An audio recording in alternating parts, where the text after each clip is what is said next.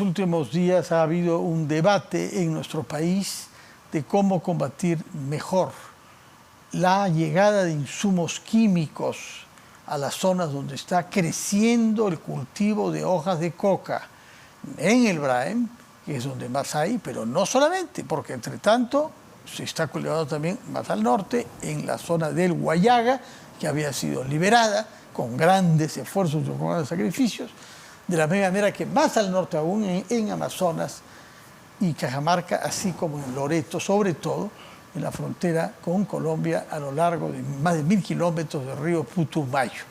Hemos invitado a dos personas especializadas en temas de narcotráfico y específicamente para que nos hablen sobre el tema de los insumos químicos, cómo entran, cómo llegan al Perú, cómo circulan, quién los controla, qué se puede hacer para evitar que un elemento indispensable para la producción de coca circule como si fuera pan en nuestro país.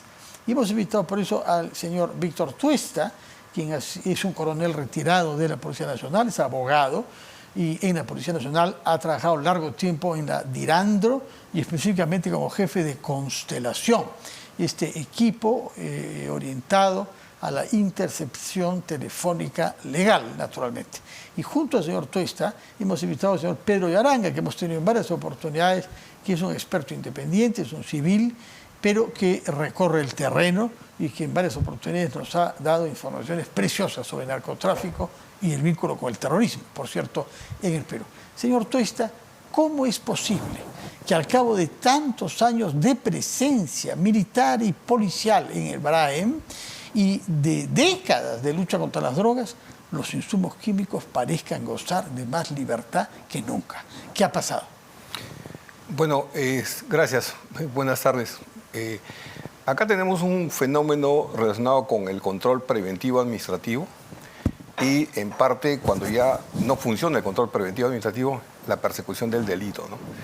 Hace 10 años, 11 años específicamente, del año 2012, se cambió la matriz de control. Ese control antes era un control colegiado, pero asumió SUNAT el control absoluto, incluyendo acciones pues, que realizaba la policía con el Ministerio Público, ¿no? ¿Por qué es que se decidió eso? ¿Cuál era la motivación de los dirigentes que hace 10 años decidieron atribuirle a SUNAT esa responsabilidad? Al margen de la decisión política, se produjo 3 factores en todo caso, ¿no? Un factor, el ingreso de grandes cantidades de insumos químicos al Braem, que, dicho sea de paso, en ese entonces era más o menos para 400 toneladas de cocaína en el Perú que se producía.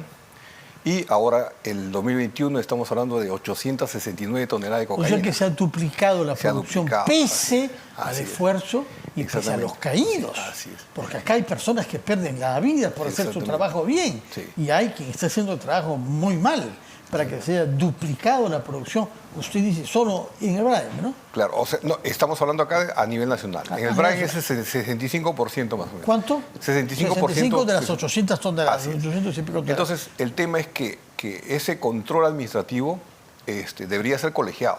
Es decir, policía, SUNAT y otras instituciones. Exacto, como es, por ejemplo, en Colombia, y como son las naturales competencias funcionales, ¿no? Porque SUNAT pues, no tiene posibilidades, que es dependiente de seguridad, porque cuando va a parar un vehículo en plena selva, obviamente que tiene que tener alguien que lo resguarde, ¿no? Entonces, por ahí empezando, no está cumpliendo una función específica. Pero como ¿qué es su rol, capacidad ¿no? tiene SUNAT? ¿Por qué se le atribuye esa responsabilidad? ¿Tiene funcionarios especializados en ir a la frontera, en observar los campos de cultivo de coca? Bueno, de coca no tanto, pero el tema que ellos tienen es de insumos químicos. Y insumos químicos que terminan en la fabricación de coca a partir de los terrenos de cultivo. Ellos tienen todo el potencial para hacer un control administrativo perfecto, porque tienen maquinaria, tienen sistemas, tienen personal. Pueden hacer un control perfecto, como hacen con la tributación. ¿Qué llama control administrativo? Control administrativo documentario de los usuarios para ver exactamente. Sí, pero hay temas que van más allá, que ahí obviamente es imposible que haga. Para empezaron quizás un poco mal, porque la primera vez que decidieron poner un puesto de control que era orgánicamente un puesto de control multidisciplinario, donde iban a estar todas las unidades policiales, del Ministerio Público, etcétera, pero ellos decidieron poner un puesto de control con personal de aduanas. Destacaron al personal de aduanas el 2013 a la zona del BRAE, ellos son civiles, interpusieron acción de garantía y regresaron, se quedaron sin personal. O sea, es lamentable, lo que nos dice realmente es jalarse los pelos. Señor Yaranga, ¿qué es lo que recuerda usted sobre esta decisión de transferir responsabilidades respecto del ingreso y la circulación de insumos químicos de la Policía Nacional a la SUNAT? Hace 10 años, ¿no? Sí, Fernando, sí, efectivamente. Eso en parte me ha preocupado también, porque ahí yo lo he escuchado al general Morán. Así es que en la mañana tuvo que hacer un cruce de informaciones. Y es cierto lo que dice el coronel, pero en el camino ya se ha superado eso. A tal punto que a la fecha SUNAT tiene una relación directa con una unidad especializada de antidrogas más la DEA, es decir, el trabajo local, regional e internacional. Y eso en parte se está mejorando porque en esas fechas, por ejemplo, cuando se intervenía de una forma casi errada en parte, entonces incluso se decía que en el puerto de Callao se ha intervenido tanta cantidad de droga gracias a la perrita tal. Y los delincuentes iban hasta eliminarlo a la perrita. Igual se estaba poniendo en riesgo la vida de los mismos trabajadores civiles. Eso ya se ha revertido. Consecuencia de ello es que actualmente la SUNAT está controlando 37 insumos químicos fiscalizados, oficialmente. Pero en el camino también los narcotraficantes hacen otros insumos químicos. Consecuencia de ello es que en los últimos 4 años el pico se ha aumentado mucho más. O sea, las cosas están peor que nunca. El sistema no funciona. Hace algunas semanas he leído en un medio de que el precio de la droga se ha disparado. Eso no es tan cierto, ¿eh? Porque hasta antes de la pandemia la arroba de coca estaba cerca de 250 a 280. Ahí habla de hojas de coca, la arroba de hojas de coca. Después de la pandemia cayó a 30 soles, casi a nada. Actualmente, es el precio de esta semana, está entre 70 a 80 soles la arroba. La pasta básica de cocaína, dependiendo de las congas, está 540 a 600 soles. El clorhidrato está entre 700 a 800 soles. Es decir, todavía sigue bajo. Todavía no es tan expectante para el cocalero. De acuerdo. Ahora bien, usted parece tener confianza en que el sistema tal como está organizado ahora va a dar resultados. ¿Por qué daría resultados si no ha dado los últimos 10 años? Yo diría que hay que mejorar las comunicaciones internas, porque la policía obviamente es una unidad especializada en antidrogas.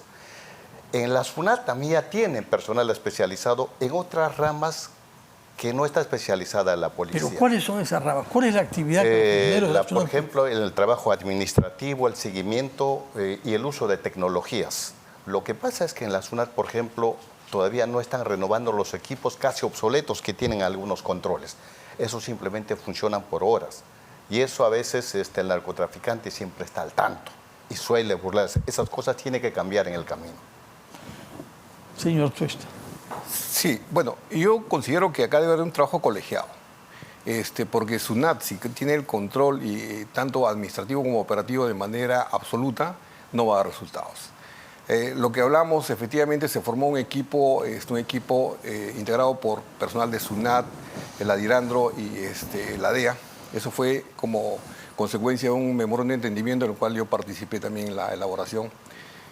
Pero, a decir verdad, no ha dado resultados.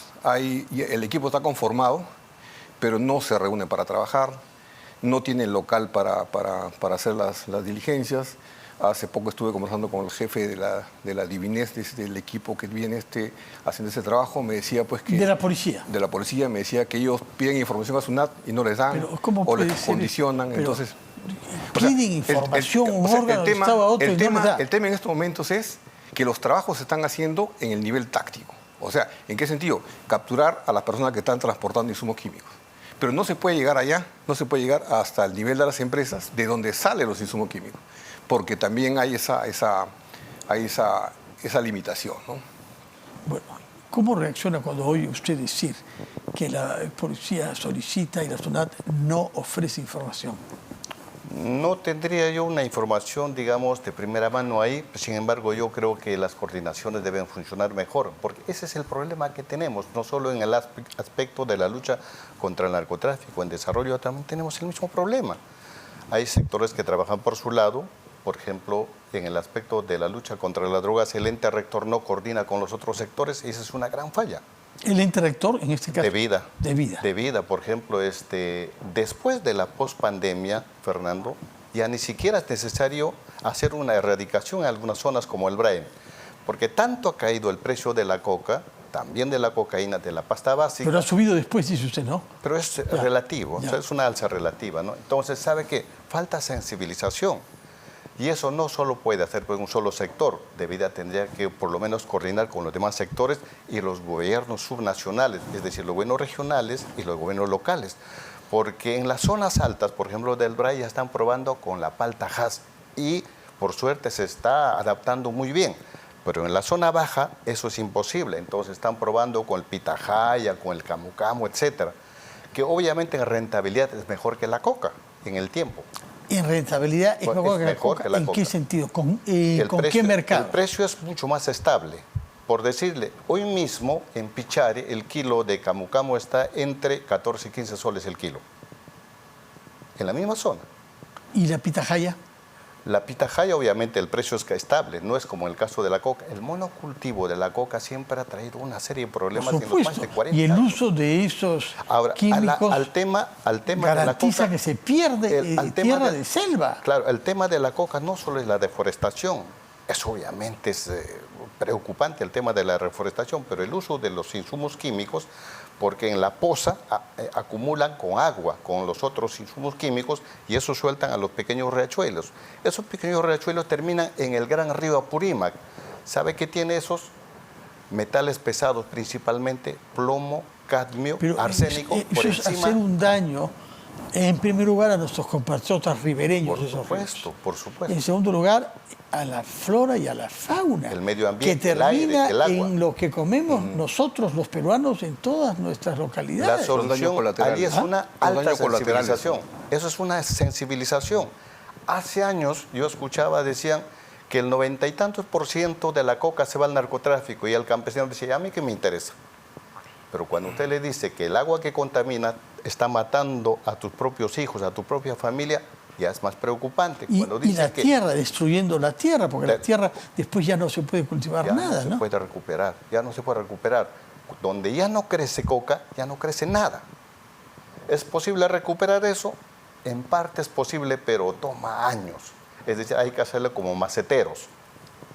Señor Tuesta, ¿cuál es la solución institucional Yo a creo este problema? Que necesariamente se tiene que hacer una reforma. Se tiene que hacer una reforma en donde se vuelvan a hacer un rediseño, porque si nosotros vemos la inversión que se ha hecho durante estos 11 años, yo estimo de ser más o menos 250 millones de soles para ese trabajo, ¿no?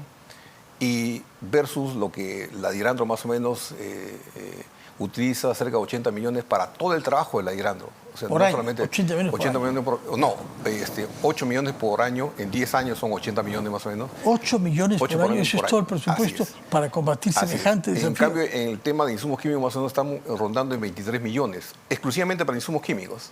Y no hacemos progresos. Así es. O sea, si uno ve reflejado la cantidad de insumos químicos que pasa versus la inversión, ahí uno puede darse cuenta pues que si es que estamos teniendo éxito o no.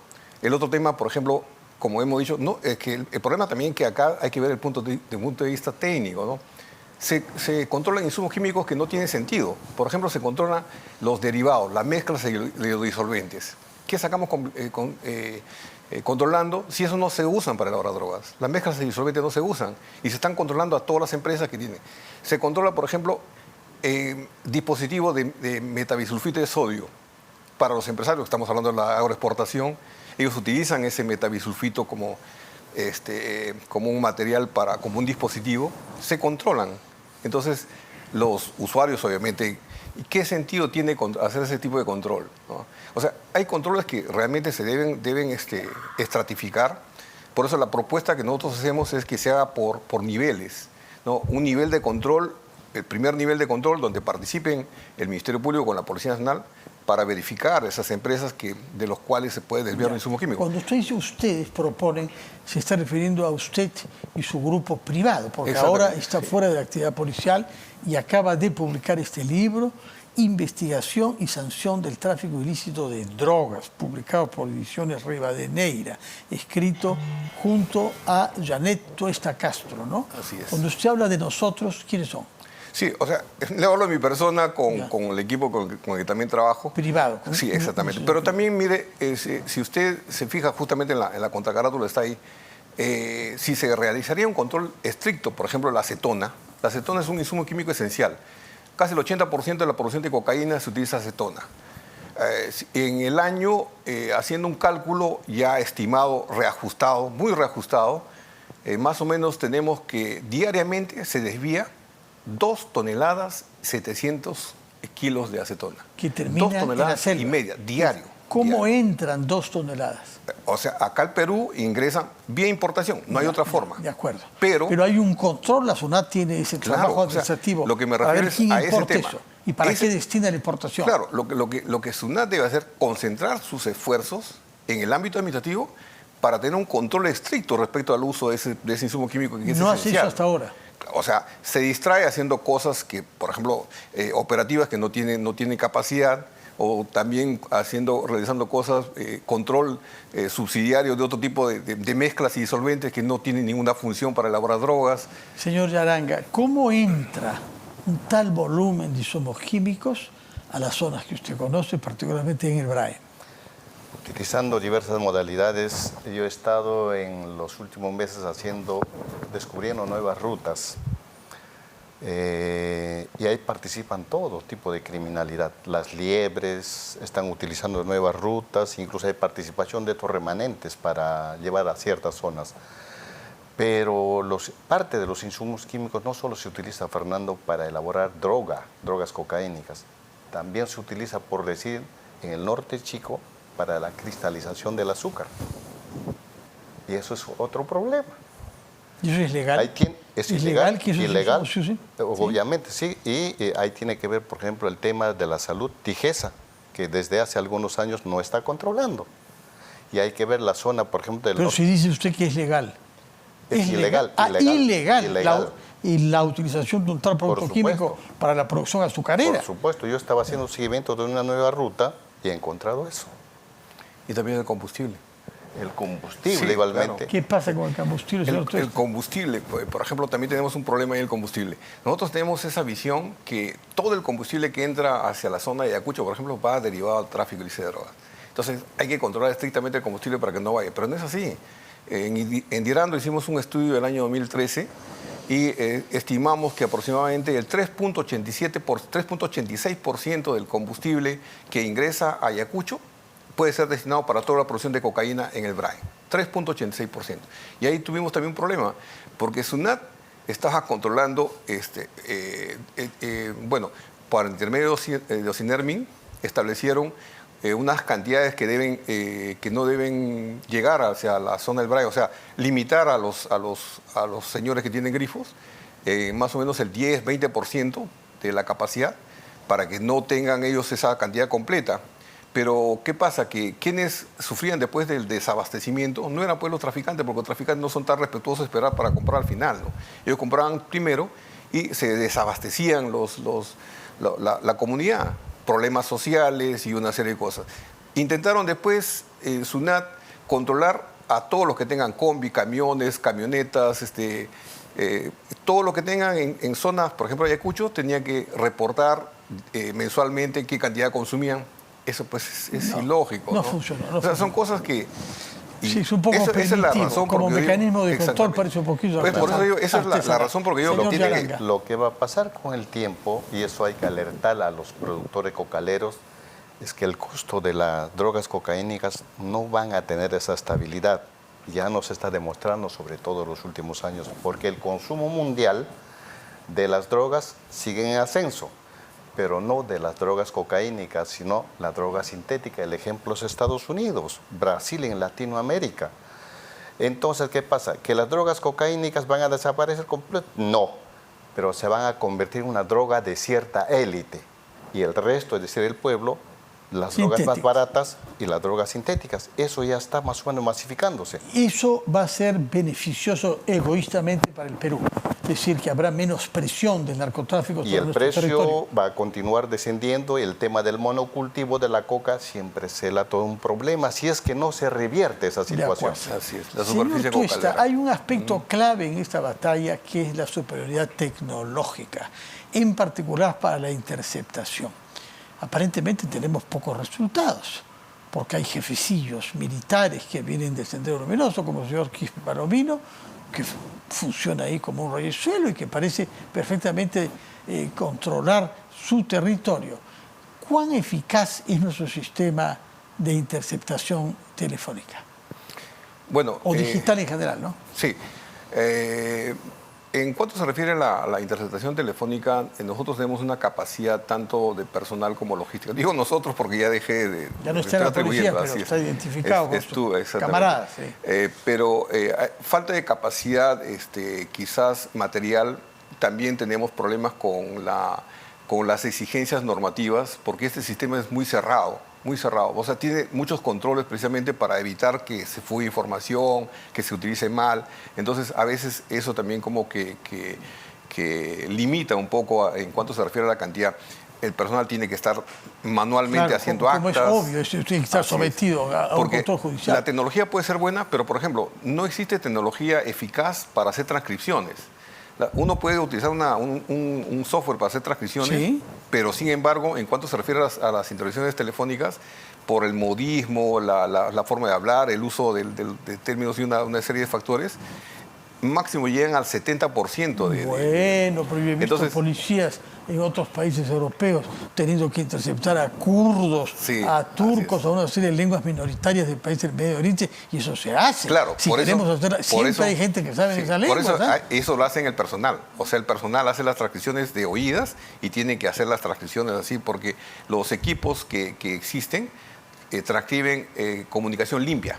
Pero cuando tienen... Sí, por supuesto, que uno habla con una jerga especial, y además quien habla por teléfono sobre esas cosas sabe que tiene que disimular. Y entonces, en este momento, por ejemplo, nuestra justicia, prácticamente, bueno, también por lo que tienen confianza en el trabajo de Constelación, exigen que sean actas hechas por personal de Constelación para que tengan validez. Sí, ¿no? por supuesto, estamos en un Estado de Derecho, entonces tiene que hacerse bajo supervisión de la justicia. Pero tenemos medios tecnológicos adecuados. Sí existen lo suficientes, pero...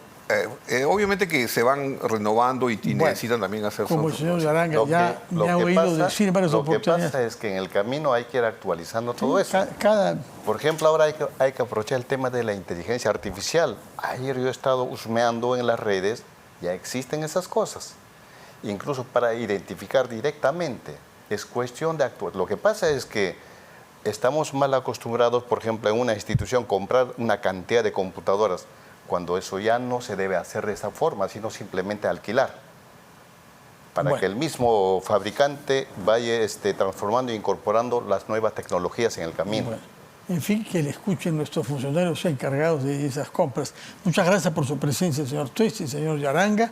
Ojalá que la próxima vez que nos reunamos acá sea para celebrar logros en la lucha contra el narcotráfico, que lo corrompe todo y que nos cuesta vidas humanas en el Brain y fuera del Brain, porque el dinero que se obtiene ahí se recicla y termina por estar presente de una manera tentacular en muchas actividades económicas y políticas en el conjunto de nuestro país. Vamos a hacer una pausa y